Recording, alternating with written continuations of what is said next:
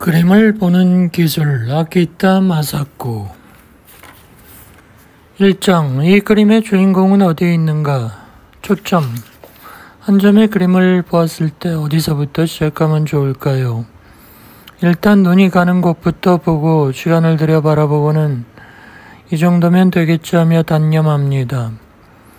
이것으로 그림을 보았다고 할 수 있나 하는 일말의 불안을 안고서 미술관을 나가는 사람도 많습니다. 이렇게 생각하면 어떨까요? 예를 들어 우리는 누군가를 만났을 때 우선 얼굴을 봅니다. 인사하고 전체적 모습을 보면서 어떤 사람인지 알아갑니다. 그림도 마찬가지입니다. 그림에도 얼굴에 해당하는 부분이 있습니다. 초점을 찾아야 합니다. 포칼 포인트, 초점이란 집중되는 지점이란 의미로 그림에서 가장 중요한 것입니다. 이번 장에서는 그림의 초점을 함께 찾을 것입니다. 어째서 그 부분이 그림의 주인공인가? 왜 눈에 띄는가? 초점을 찾는 방법은 간단합니다. 바로 눈길이 닿는 곳이 초점입니다. 다카시 유이치의 연어를 예로 들겠습니다. 연어가 주인공이라는 것을 금방 알겠죠. 도화지라는 말을 들어보신 적 있나요? 시각심리학의 용어로 사람이 무엇인가를 인식할 때 어떤 사물의 형태로서 부각되는 것을 도라하고 배경이 물러나 보이는 것을 지라고 합니다. 이 그림은 그야말로 연어가 도로서 아무런 무늬가 없는 배경에서 떠오릅니다.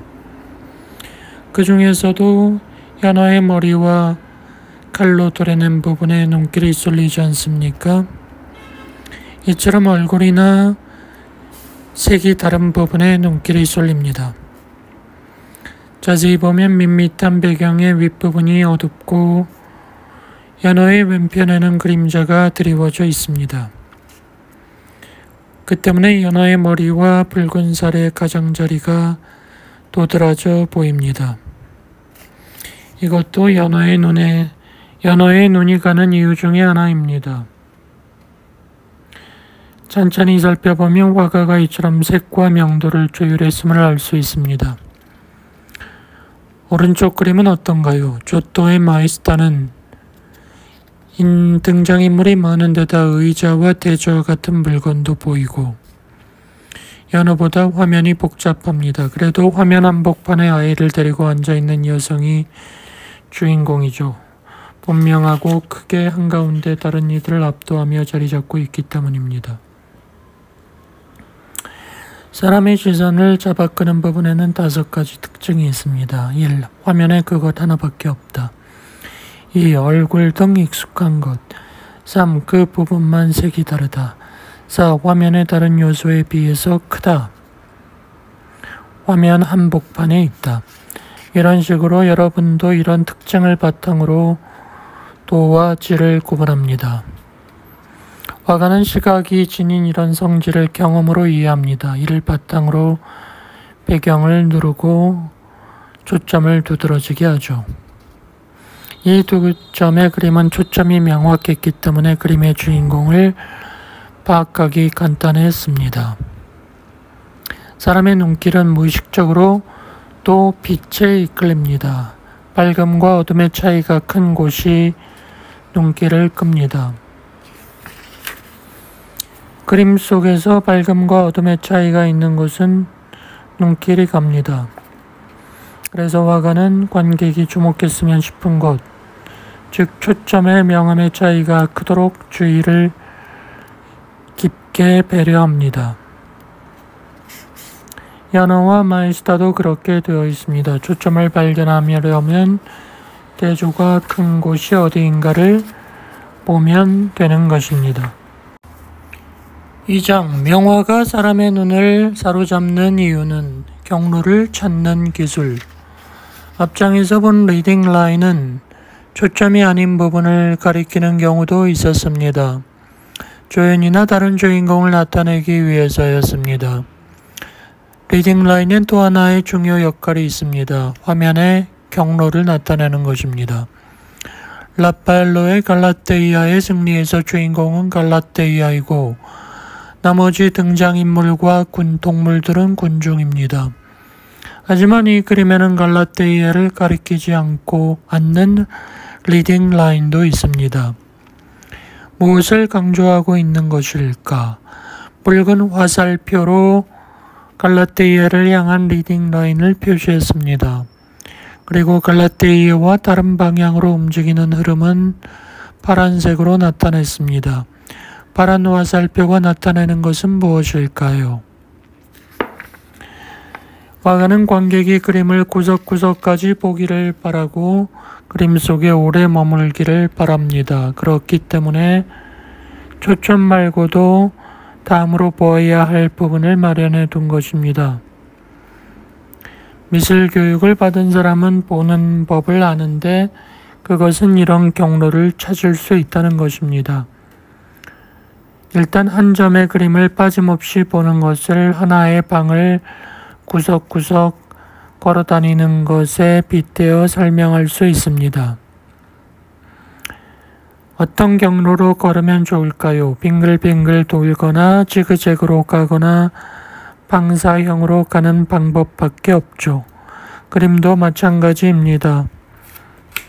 그림 속에 담긴 경로에는 세 종류가 있습니다. 경로가 달라지면 관객이 그림을 이해하는 과정도 달라집니다. 경로라는 관점에서 명화의 구조를 밝히는 것이 중요합니다. 명화는 구석을 좋아하지 않습니다. 갈라테이아의 승리에서 초점을 벗어난 리딩 라인이 어디로 향하는지 보겠습니다. 화면 아래쪽에 천사는 오른편 위쪽을 가리키고 그쪽에 남성이 머리를 젖혀서는 하늘에 떠 있는 천사들 쪽으로 시선을 이끄는 흐름을 만듭니다. 화면 왼편에서도 같은 방식의 흐름이 있습니다. 갈라테이아는 왼편 위쪽을 보고 그녀의 옷도 같은 방향으로 가로로 길게 뻗어 있으며 갈라테이아의 앞쪽에 있는 남성이 올려다보는 방향에도 역시 천사가 있습니다.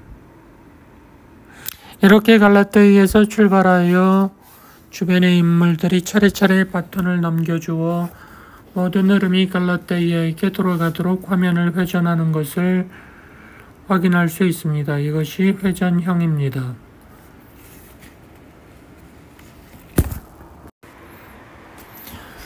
화면의 양 측면에도 위험이 깃듭니다. 화면을 빠짐없이 보도록 하려면 회전형 구도 외에도 지그재그 구도가 있습니다. 이렇게 하면 어떤 식으로든 반환점이 화면 가장자리에 가까워지는 문제가 생깁니다.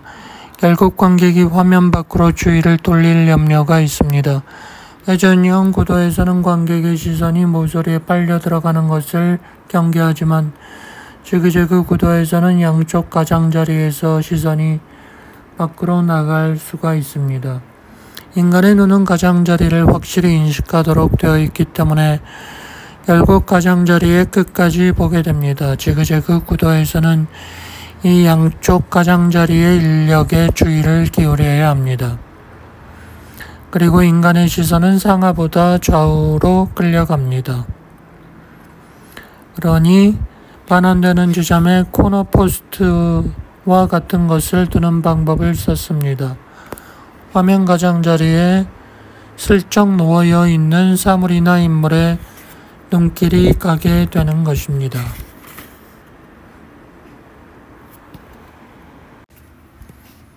또 하나의 구도는 방사형 구도입니다. 중요한 요소에서 주변으로 펼쳐지는 것입니다. 방 청소의 빗대 설명해 보겠습니다. 회전형은 사각형의 방을 둥글게 청소하는 것이고 지그재그와 S자 방식은 방 구석에서 구석을 오가면서 청소하는 것입니다.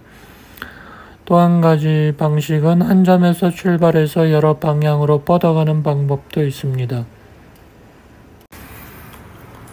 3장. 이 그림은 균형이 좋다란 무슨 뜻인가? 모른다라는 말에는 두 가지 의미가 있습니다. 하나는 모른다는 것을 모르는 경우입니다. 앞에서 시선을 유도하는 문제에 대해 했던 얘기가 이것에 해당합니다. 이 세상은 누구도 관찰하려고 하지 않는 분명한 것으로 가득 차 있다는 셜록 홈즈의 말처럼 알게 되면 갑자기 보이게 되는 세계입니다. 또 하나는 알고는 있지만 왜 그런지를 알지 못하는 경우입니다. 이것이 균형을 보는 법입니다. 누구나 그림을 보면 대담한 균형이다, 안정되어 있다는 느낌을 받습니다. 그러나 무엇 때문에 균형이 좋거나 나쁜지 모릅니다. 조각 작품인 경우에는 균형을 확인할 수 있습니다. 세워지는지를 보면 됩니다. 그러나 그림은 세워볼 수 없으니 눈으로 판단해야 합니다. 명화는 선적으로 양적으로 균형이 잡혀 있습니다. 선의 균형을 보는 법부터 보겠습니다. 먼저 그림의 척추에 해당하는 구조선을 봐야 합니다. 선의 균형, 리니어 스킴으로 보다. 그림의 분위기와 구조선. 다음에 그림을 봅시다. 당당하다, 고상하다라는 표현은 이런 그림을 위한 것이겠죠. 나무나 탑처럼 똑바로 서 있는 사물을 보면 단정하다는 느낌을 받습니다. 똑바로 선 모습이 구체적으로 어떻게 구축되어 있는지 봅시다. 초점은 여성의 얼굴입니다. 하얀 얼굴에 검은 머리카락으로 명암의 콘트라스트도 뚜렷합니다. 리딩 라인 역시 얼굴에 집중되어 있습니다. 다음에 눈에 띄는 포인트는 앞으로 내민 손의 쥔 부채입니다. 얼굴과 부채의 서열이 분명히 드러나도록 리딩 라인도 배분되어 있습니다. 즉 얼굴을 향한 세로선이 훨씬 더 많습니다. 이 세로선이 모이면서 세로로 긴 화면의 비율과 맞물려 전체적으로 세로를 강조합니다. 그림에는 기둥이 되는 선이 있는데 이를 구조선이라 부릅니다. 서정의 춤은 세로의 구조선을 가진다고 볼 수 있습니다.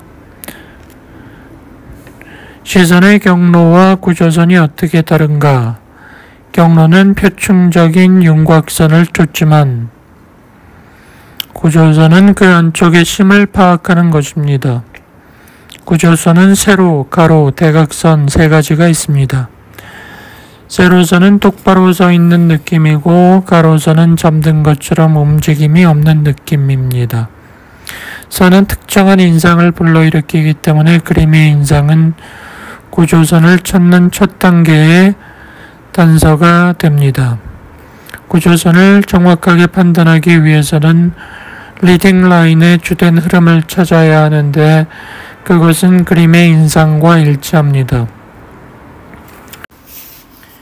균형은 명화의 절대 조건, 좌우대칭의 그림. 여기서 베네치아의 화파의 거장 벨리니가 그린 초상화를 봅시다. 밑에 나무틀 같은 게 있습니다. 이것은 파라페트라고 불리며 양측면을 잇는 선을 만들고 화면과 밖의 세계를 중재하는 연결 역할을 하여 초상화에서는 일석이조의 해결책입니다. 르네상스 회화에 잘 등장합니다. 인물은 삼각형 구도입니다. 균형 잡힌 모습을 그리기 위해 삼각형 구도를 사용하는 것은 기본입니다. 선적인 균형이라는 점에서 십자형이나 역삼각형도 좋을 텐데 왜 삼각형이 많을까요? 양적 균형을 생각해 봐야 합니다. 눈사람을 만들 때 아래쪽 덩어리를 크게 뭉쳐놓지 않으면 넘어질 것 같다는 느낌을 받는 것입니다. 그림 속의 요소들에 대해서 외견상의 무게를 느끼고 있어서 무게의 균형이 잡혀 있어야 하는 것입니다. 라파엘로를 뛰어넘어 좌우 비대칭의 그림, 초점을 구석에 두다. 거장 티치아노가 젊었을 적에 그린 그림은 대담합니다. 주인공인 비누스상을 오른쪽에 아슬아슬하게 세우고 화면 왼편에 나무와 천사를 그려넣어 좌우의 균형을 맞추었습니다. 제1장에서 본 틴토레토의 성모의 봉헌에서도 이와 마찬가지로 주인공인 성모가 화면 구석에 있습니다. 틴토레토가 치티아노의 제자였으며 스승의 구도법에 영향을 받았기 때문입니다. 티치아노를 존경했던 루벤스는 자신의 스타일대로 티치아노를 모사했습니다. 이처럼 좌우에 낙차를 두어 균형을 잡은 구도를 고전적인 구도에 대비되는 파격적 구도라 부르기도 합니다. 좌우대칭의 그림은 좌우의 중요도가 비슷한 대상이 배치되기 때문에 좌우가 닮게 됩니다. 한편 주인공을 좌우 어느 쪽으로든 밀어두고 균형을 잡기 위해 반대쪽에 뭔가를 두는 것이 새로운 기법인 것입니다. 4장 왜 그 색인가? 물감과 색의 비밀. 만약 신호등의 색이 파란색, 빨간색, 노란색이 아니라 흰색, 검은색, 회색이었다면 교통사고는 더 많이 일어났을 것입니다. 색이 있기 때문에 단번에 눈에 들어오는 것입니다. 그만큼 색의 정보는 영향력이 강합니다. 이번 장에서는 색을 보는 법을 알아보겠습니다.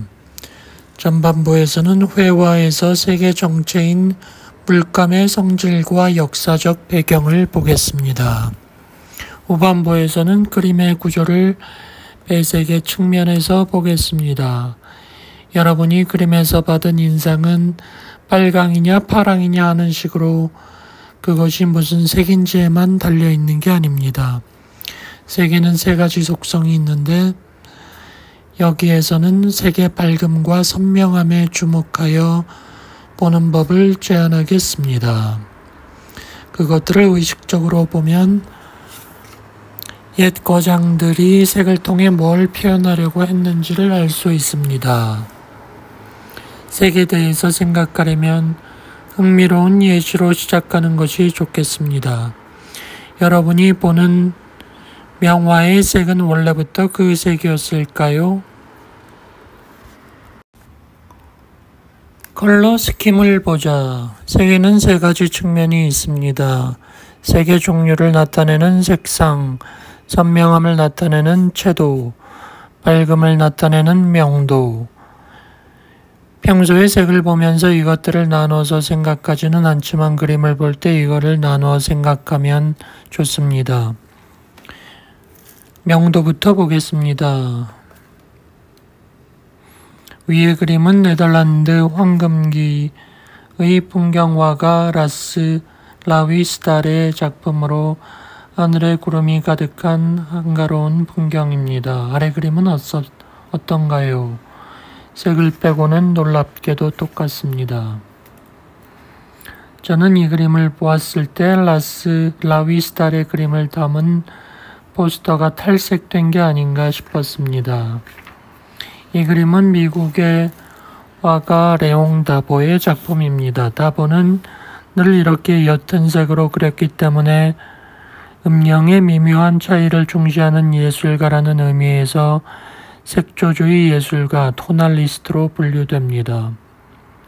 이렇게까지 옅으면 어떤 풍경이 그려져 있는지 살피기 전에 색이 옅다는 감상이 떠오릅니다. 명암의 정도가 이렇게까지 다르면 그만큼 받는 인상도 달라지는 것입니다. 명암의 콘트라스트의 가감은 그림의 성공에서 중요한 부분입니다. 명암은 초점을 두드러지게 하기 위한 중요한 요소입니다. 애초에 근대 이전의 회화 작품은 모노톤의 밑그림 단계에서 음영의 배분을 미리 정해두고 그 위에 색을 겹쳐 칠해가는 방식이었습니다. 근대 이후에 등장한 방식으로 처음부터 색을 칠하여 완성하는 알라프리마라는 기법 또한 명암의 균형을 중시했습니다. 이제 색 자체를 보겠습니다. 우선은 화려한 색이 두드러지는 그림이구나, 색조가 수수하구나 하는 것부터 보면 좋겠습니다. 이 또한 컬러 스킴, 배색의 계획을 파악하기 위한 출발점입니다. 색의 선명도는 색의 종류 이상으로 분위기를 좌우합니다. 다음에 나오는 그림 두 점을 봅시다. 색의 조합은 서로 같습니다. 하지만 전체적 인상은 다릅니다. 색의 선명도가 다르기 때문입니다. 선명도에서는 채도와 명도가 모두 영향을 미칩니다. 채도가 높아질수록 색은 선명해지고 채도가 낮아질수록 색은 흐릿해집니다. 명도가 높아지면 색은 흰색에 가까워지고 명도가 낮아지면 검은색에 가까워집니다. 어느 쪽으로 가든 색의 채도는 떨어집니다. 미켈란젤로의 델포이의 무녀는 눈길을 잡아 끌 만큼 선명한 오렌지와 황록색으로 칠해져 있습니다. 앞에서 색은 값비싼 것이었다는 말씀을 드렸습니다. 선명한 색은 그만큼 고급스러운 인상을 줍니다. 반대로 옅은 파스텔 컬러로는 고급스러움을 표현하기 어렵습니다. 옅은 색이 전통적으로 짊어져온 값싼 느낌 때문입니다. 당시 사람들은 이 선명한 색채에서 비일상적 풍요를 느낀 것이겠죠. 왼쪽 작품은 영국의 삽화가 아서 레컴의 일러스트입니다. 색이 연하고 스모키해서 채도가 전체적으로 낮은 데다가 명도는 옅은 회색 정도라서 각각의 색감보다 전체적으로 쓸쓸한 분위기가 느껴집니다. 이처럼 어느 정도 선명하지 않으면 어떤 색이라도 뚜렷하게 보이지 않습니다. 음영을 나타내는 방식과 색의 선명도의 관계. 선명함은 어두운 부분을 묘사하는 방식과 관계가 있습니다. 음영으로 입체감을 표현하는 것을 키아로스쿠로 명암법이라고 합니다. 그 중에서도 레오나르도 다빈치는 섬세하게 색조를 조정하여 윤곽선을 조금씩 어둡게 녹아들듯이 그리는 수법을 고안했습니다.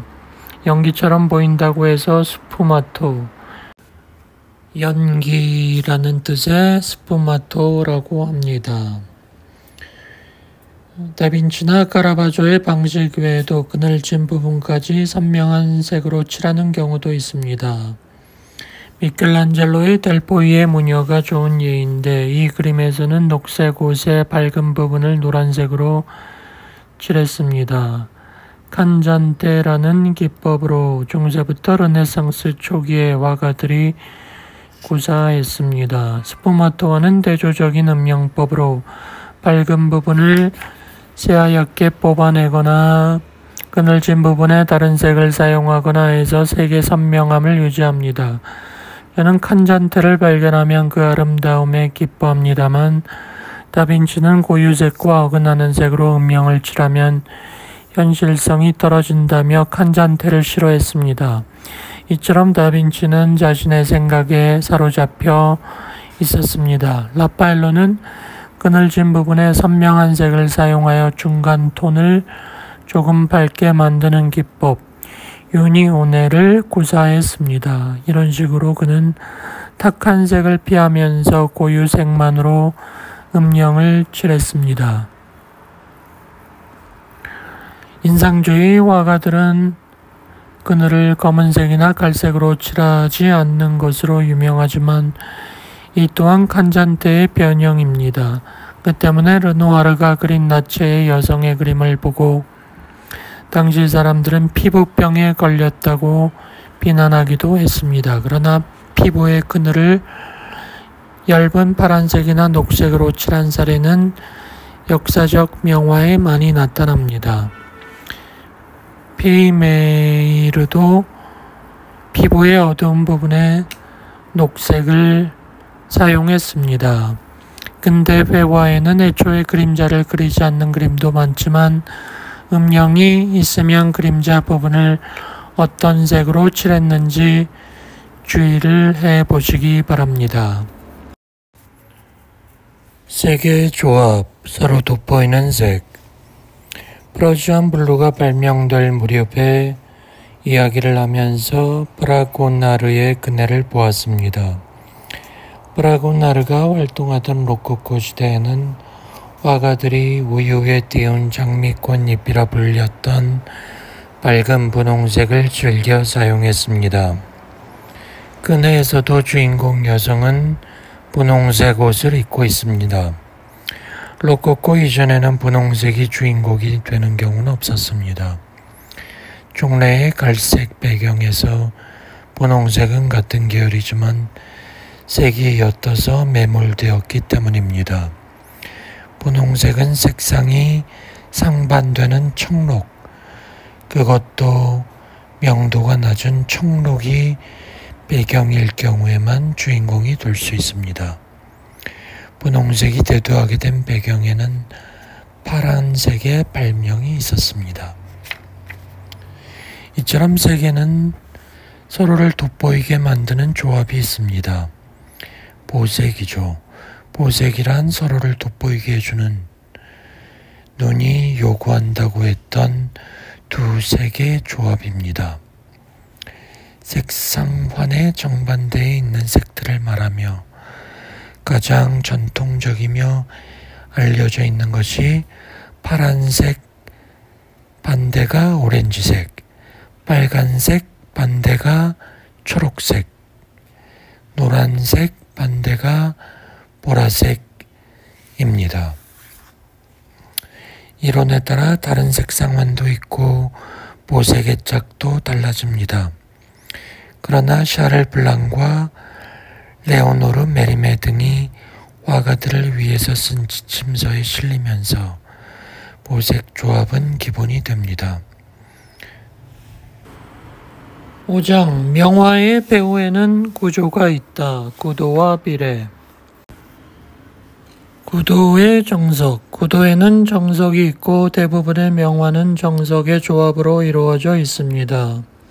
이런 구도가 화가가 창조한 것인지 아니면 어떤 템플릿이 있어 그것을 따르는 것인지를 살펴보겠습니다. 모나리자처럼 인물의 가슴 위쪽으로 얼굴이 왼편이나 오른편 한쪽으로 4분의 3이 드러나도록 그린 그림은 얼른 보아도 초상화라는 것을 알 수 있죠. 이런 식의 구도 자체에 초상화라는 기호적 의미가 있는 것입니다. 이 템플릿 표현을 모두가 공유했기 때문에 동물에게 같은 포즈를 취하게 하는 등의 패러디물도 나왔습니다.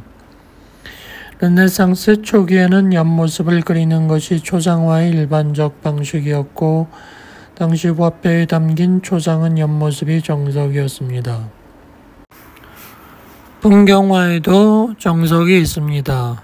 정경에 시선이 미끄러져 들어가도록 하는 요소를 두고 이를 후경에서 오른쪽 위쪽을 향하거나 오른쪽 아래쪽을 향하는 대각선과 연결하고 중경에 주요한 것을 두는 것입니다. 3장의 끝부분에서 보았던 메소니에의 또 다른 작품 장군과 부관이 전형적인 예입니다. 원덕을 그린 그림에 대입하자면 장군이 있는 자리에 양과 양치기를 놓고 앞쪽 바퀴 자국은 울타리나 풀로 메우고 배경의 사선은 산 같은 것으로 바꾸면 풍경화로서 성립합니다. 사실 풍경화에서 이런 구도는 흔합니다. 위에 오른쪽 그림은 알프레드 시슬레가 그린 그물 말리기입니다. 전경에 오솔길이 있고 구름이 사선을 그리며 펼쳐지고 중경에 그물이 보입니다. 폭넓게 사용되는 템플릿입니다. 명화에 숨겨진 십자선과 대각선. 그러면 이제 구도 자체가 어떻게 이루어지는지 보겠습니다. 지금까지 회화 작품 안에 들어있는 복잡한 장치를 보았습니다. 그런 것들을 고려하면서 주인공을 어디에 둘지, 배경의 지평선은 어디에 그을지 등의 사항들을 거장들은 도대체 어떻게 결정한 것일까요? 무엇인가 기준으로 삼을 만한 것이 있었을까요? 기준이라는 게 있었습니다. 마스터 패턴이 있습니다. 이것을 알면 질서가 보입니다. 간단하게 4점의 그림에서 초점과 구조선이 어디에 있는지를 보겠습니다. 모든 것은 십자선과 대각선을 긋는 것에서 출발합니다. 초점과 구조선은 그림에 그은 십자선 대각선과 어떤 관계가 있을까요? 서장의 춤의 여성은 중심선에 딱 맞춰서 오른편에 서 있습니다. 호퍼의 일요일 이른 아침에서 1층과 2층의 경계는 화면을 위아래로 양분한 선 위에 있습니다. 사인폴의 높이는 대각선에 맞추어져 있습니다. 십자가를 세움과 미유키에서는 미유키와 그리스도의 몸의 각도가 각각 오른편 위쪽과 왼편 위쪽을 향하는 대각선에 맞추어져 있습니다. 다른 여러 명화도 같은 방식으로 살펴볼 수 있습니다. 질서와 자연은 상반한다. 중세의 화가가 어떤 식으로 그림을 그렸는지에 대해서는 남아있는 자료가 적습니다. 하지만 13세기 프랑스의 건축가 빌라르드 온쿠르가 여행하면서 그린 화첩이 남아있는데 이것을 보면 당시 화가들이 자와 컴퍼스로 만든 패턴에 맞춰 그림을 그렸음을 알 수 있습니다. 이처럼 형태에 중점을 두어 묘사하면 질서가 잘 잡히지만 한편으로 평면적이고 도식적입니다. 초자연적이고 상징적인 표현에 적합합니다. 제3장에서 본 유스티니아누스 황제의 모자이크 화가 그런 예입니다. 양식화된 것입니다. 레오나르도 다빈치나 라파엘로 같은 르네상스 예술가들은 이런 관습에서 벗어나 눈으로 본 그대로의 인상을 재현하려고 했습니다. 사실적인 그림이 등장한 거죠. 물론 오늘날 우리가 보기에는 그렇게 사실적이지 않지만 당시 기준으로는 사실적이었습니다.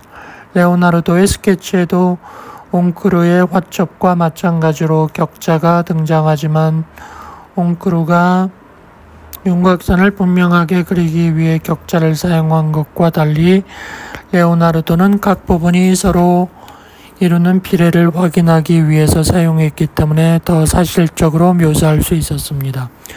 그러나 사실적이라고는 해도 자연 그 자체를 그리는 것은 아니었고 모델을 두고 그리면서도 이상적 비율을 중시했습니다. 레오나르도는 인체의 비율을 보편적 척도로 삼아 다른 그림에도 적용했습니다. 사실적으로 그리는 것과 질서 잡힌 구도를 만드는 것은 상반된 일입니다. 그저 사실적으로만 그린다면 마치 풀이 아무렇게나 자란 정원처럼 질서가 무너져 버립니다. 르네상스의 거장들은 화면에 일정한 질서를 부여하면서도 더욱 실감나는 묘사를 한다는 두 가지 목표를 동시에 이루었기 때문에 대단하다고 하는 것입니다. 패턴과 결합 방법을 십자선과 대각선이 만들어내는 포맷으로 생각해 봅시다. 십자선을 정확히 따른 서장의 춤은 사각형에 딱 맞춰진 느낌이 드는데 의도된 것입니다. 대각선에 느슨하게 걸쳐있는 미유키는 유연한 느낌을 주는데 이 또한 젊은 여성이 놀랄 때에 드러나는 우아함을 표현한 것입니다. 그림의 목적에 따라 엄격한 느낌을 내려면 패턴을 정확히 따르고 부드러운 느낌을 주려면 느슨하게 암시하는 정도로 조절할 수 있습니다. 2분의 1과 3분의 1과 4분의 1에 주목하자. 등분할 패턴. 숙련된 화가라면 화면을 보았을 때 굳이 실선을 그리지 않아도 십자선과 대각선이 보입니다. 그것이 보이지 않는다면 아예 시작할 수도 없습니다. 이런 선은 기본입니다. 십자선과 대각선은 화면을 2등분 하는데 여기서 반을 나누고 또 반을 나누면 4분할, 8분할, 16분할이 됩니다. 이처럼 화면을 등분하여 만든 선을 기준으로 하는 것이 등분할의 마스터 패턴입니다. 화면의 초점과 구조선, 리딩 라인 등을 이 패턴에 맞추면 화면 속에 확고하게 결정된 느낌을 부여합니다. 3분의 1의 법칙, Rule of the Third라는 말을 들어본 적이 있습니까? 디자인이나 사진 관련 서적을 보면 나오는데 화면을 가로 세로로 3분할하고 그 분할선이나 선의 교차점에 중요한 것이 오도록 하면 좋은 작품이 된다는 것입니다. 등분할 패턴 중에서 3분할이 남아있죠. 5분할에 대해서도 알아볼 수 있습니다. 라투르의 다이아몬드 에이스를 가진 사기꾼이라는 그림입니다. 얼핏 보면 저마다 따로 움직이는 것 같은 4명의 인물이 5분의 1선을 기준으로 배열되어 있습니다. 5분할선에서 나온 대각선의 얼굴과 팔의 각도와 위치가 맞추어져 있습니다. 라투르는 같은 그림을 또 다른 버전으로 그렸습니다. 이 그림은 위의 그림과 거의 같지만 화면이 좀 더 옆으로 깁니다. 트럼프 카드가 다르고 오른편 남성의 옷도 다릅니다. 어느 그림을 먼저 그렸는지는 분명하지 않지만 라투르는 같은 구도를 비례가 다른 화면에 그려보면서 효과를 시험한 것 같습니다. 화가에게 화면의 비례는 중요한 문제입니다. 등분할 이외의 마스터 패턴, 정사각형, 직교, 황금비. 모든 명화가 등분할의 패턴을 따르는 건 아닙니다. 직사각형에 크나큰 잠재력이 있는데 화면을 등분하는 방법 이외에도 규칙에 맞게 분할하는 중요한 패턴을 3가지 들 수 있습니다. 등분할의 패턴에서는 2분의 1이나 3분의 1 선이 중요합니다. 다른 마스터 패턴에도 저마다 중요한 선과 포인트가 있습니다. 직사각형 속의 정사각형, 레버트먼트 패턴. 90도의 매력, 직교 패턴. 또 하나는 황금 비율 패턴.